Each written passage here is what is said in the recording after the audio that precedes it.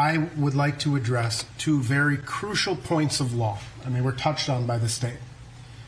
The presumption of innocence and what proof beyond a reasonable doubt means. The presumption of innocence, the defendant is presumed innocent.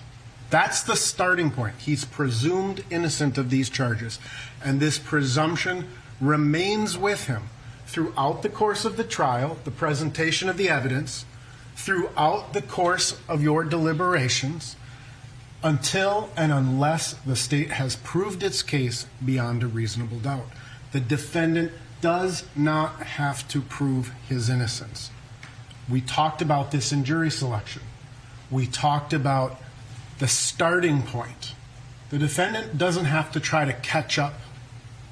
He starts at the presumption of innocence. Proof beyond a reasonable doubt. Here's the definition that the judge just read you.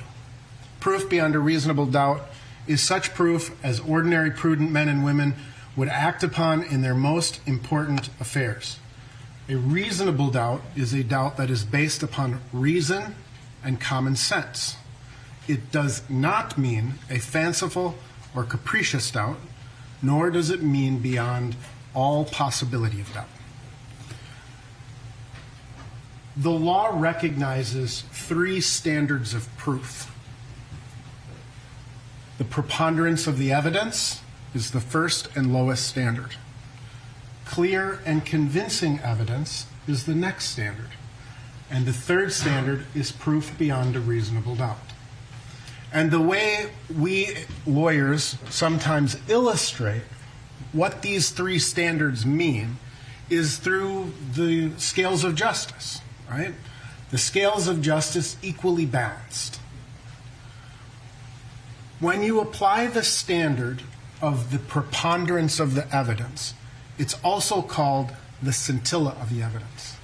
A single grain of sand tips the scales in the favor of one party or the other. And this burden of proof is used in many civil cases. If the state wants to take away your driver's license, for an example, that is the burden of proof that the state has in that type of a case.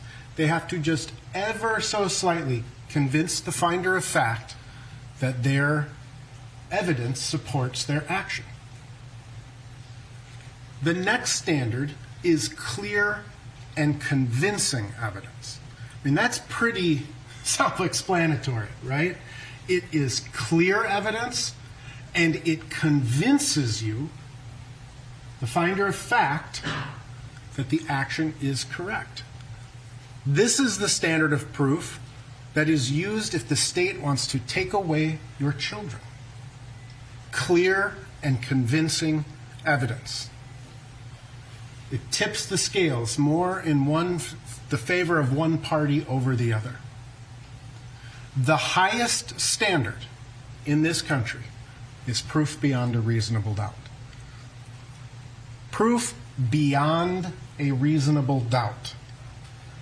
Essentially, what the state has to convince you is that the evidence in this case completely eliminates any reasonable doubt, or in other words, leaving only unreasonable doubt.